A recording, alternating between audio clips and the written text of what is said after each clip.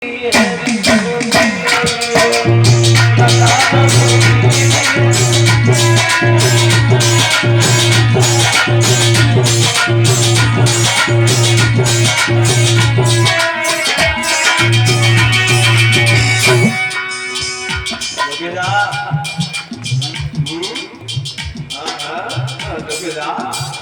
राम ने सोचा भैया मजबूरी है तो झुकना भी जरूरी।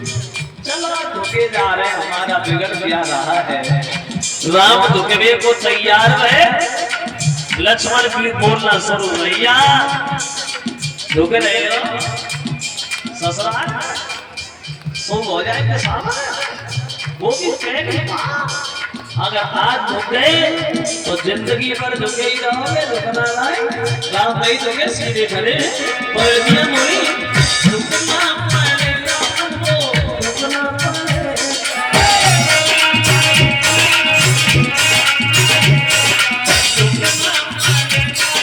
झुकना पड़ेगा।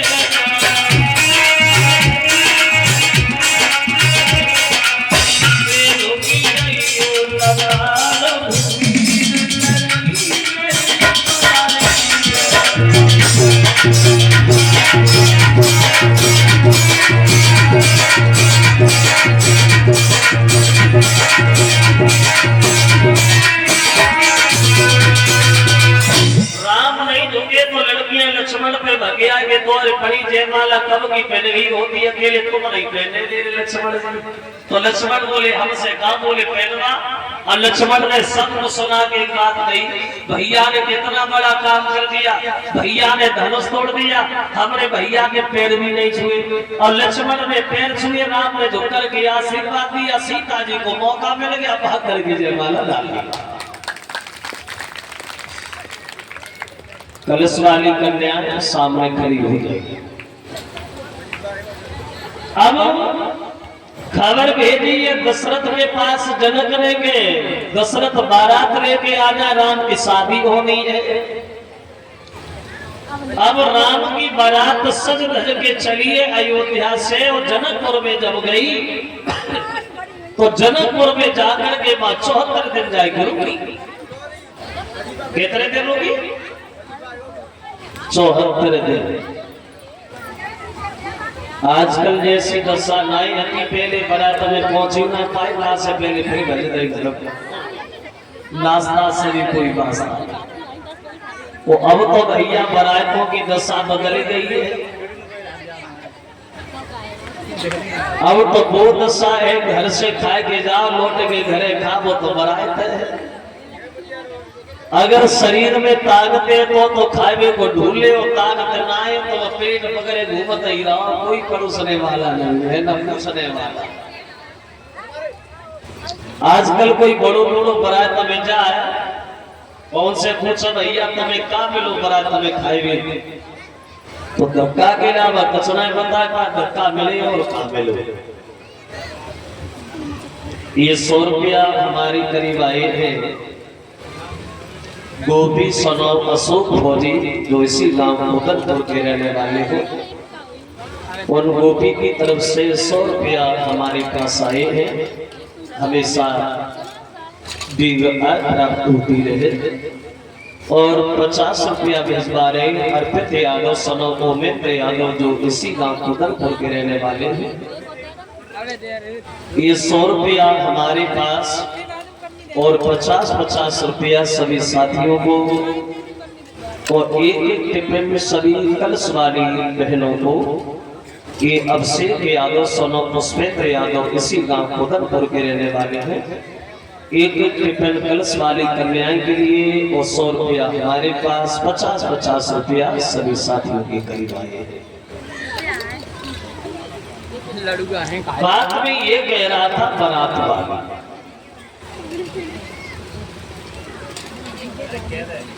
और बरातों की दशा अब तो बे जो ले अहिना के ब्याह में शराब पी के जूता ना चले तो ले ब्याह होता है। अब जमाना बदल गया। वैसे हमारे बड़े बड़े लोग आज भी बताते हैं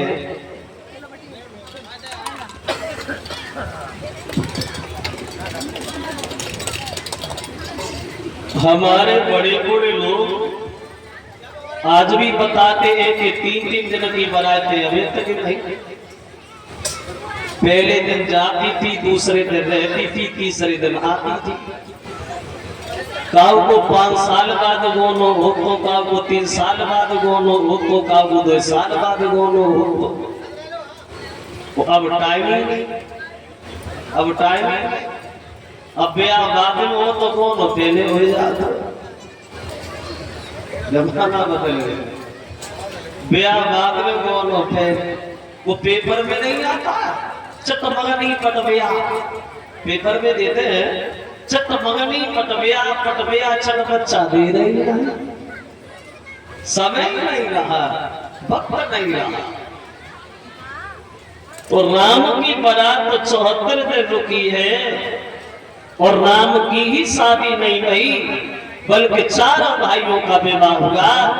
राम की शादी हुई है सीता के साथ, लक्ष्मण की शादी हुई है उर्मिला के साथ, भरत की शादी हुई है मांडवी के साथ और शत्रुघ्न की शादी हुई है श्रुतकीर्ति के साथ। 4 भाइयों का विवाह हुआ और ये बारात चली आई है अयोध्या में। अब दशरथ बड़े मगन हैं तो दशरथ ने एक दिन अपनी 3 पत्नियां बुलाई और पुत्रों की 4 पत्नियां बुलाई और सबको बिठाल करके समझाया, सुनो कौशल्या, जब तक लड़का की शादी न हो तब तक सास जैसे रहे वैसे ठीक है, और जब लड़का की शादी हो जाए, बहू घर पे आ जाए, तब कैसे रहे। बोले तब बहुत बुद्धि से रहे। क्या नियम है सास का बहू के लिए और बहू का क्या नियम है सास के लिए। हमारी माता मेरे ज्यादा ध्यान दे, अगर लड़ती लड़ाती हो तो अब ना लड़ी। तो हमें पता है तुम्हारे गांव में कोई लड़का ही नहीं होगा, कोई क्या नियम है सास का। बोले सुनो, पर लड़किनी बधू घर आए और राखे न पलक की नाय। पराई घर की लड़की जब तुम्हारे लड़का की बहू बन के तुम्हारे घर आए तो सास का ये धर्म बनता है, जैसे आंखों के दीदों की रक्षा करने के लिए पलक हमेशा तैयार रहते हैं, ऐसे सास को हमेशा तैयार खड़ा रहना चाहिए बहू के सामने। पहले बहू की तरफ देखे, हमारी बहू किसी बात से परेशान तो नहीं है, किसी बात से दुखी तो नहीं है, फिर खुद की तरफ देखे। पहले बहू को देखे फिर खुद को देखे। तो ऐसा ना चाहिए। बहू तो गए फटी हुई धोती पहन सास में दिया लगा के गांव में घूमे। बोले नहीं, ये नियम है सास का। बहू का क्या नियम है। बोले बहू का नियम ये है, सास ससुर गुरु पति पूजा और जासे बढ़ के धर्म दूजा। सास ससुर को देवी देवता माने, पति को परमेश्वर माने, घर को मंदिर माने। जिस घर में ये विचार होते हैं वो घर घर नहीं, हमेशा स्वर्ग ही होता है। भागवत में तो यहां तक दिया, अगर बहू के सास ससुर पति घर में मौजूद है तो उस स्त्री को मंदिर में पूजा करने का कोई अधिकार नहीं है। और खुद सोचो, सास ससुर घर पे भूखे रो रहे, सास ससुर भूखे घर पे रो रहे हैं और बहू मंदिर में अगरबत्ती लगा के घंटड़िया बजाए तो क्या होगा। बोले नहीं, सास ससुर को देवी देवता, पति को परमेश्वर, घर को मंदिर, ये विचार ना होते वो घर नहीं, ये तो स्वर्ग होता है। लेकिन बात ये है, मैं तो देखता रहता हूं, मेरे आंखों से देखता है।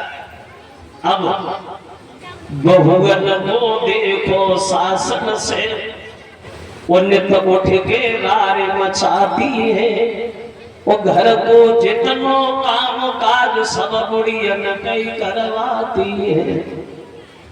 अब घर को खाना भी खुद लागे, होटल को मोहबाती है, वो पति से बातों बार गई जे उलट विवाह जमाती है।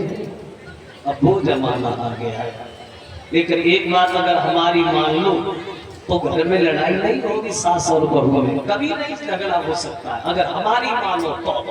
बताओ देखो, जिस दिन सास अपनी बहू को अपनी सगी बेटी के बराबर मान ले, सास जिस दिन अपनी बहू को अपनी सगी बेटी के बराबर मान ले, और बहू जिस दिन अपनी सास को अपनी सगी माँ के बराबर मान ले, तो कभी उस घर में सास और बहू में झगड़ा हो ही नहीं सकता। अब सास को अपनी बेटियां तो बहुत प्यारी है, सासों को अपनी बेटी बहुत प्यारी है, लेकिन बहू बहुत गलत है। तो क्या बहू तुम्हें घास डालेगी? और बहू को अपनी अम्मा बहुत प्यारी और सास डांट मिल गई है, तो वो सास क्या तुम्हें मानेगी? सास अपनी बहू को बेटी मान ले और बहू अपनी सास को अपनी माँ का दर्जा दे दे, तो कभी सास और बहू में घर में झगड़ा हो ही नहीं सकता। तो रामायण हमें यही सिखाती है परिवार को कैसे चलाना चाहिए। अगर परिवार चलाना है तो रामायण जरूर पढ़ो। वो हर घर में रामायण होना अति आवश्यक है। जो लोग रामायण पढ़ते हैं प्रतिदिन, उनके घर में कभी अशांति नहीं होती, हमेशा शांति बनी रहती है। तो दशरथ ने सबको समझाया। वो अपने जो भरत है, वो भरत शादी के 1 साल बाद ये अपनी ननिहाल चले गए, और शादी के 12 साल 3 महीना बाद राम के रास्ते की तैयारियां शुरू होती है। आगे जो ये लिख के आया है, अरे कब कब बिया कर लिया लगे, कब कब लगे शीतला छा,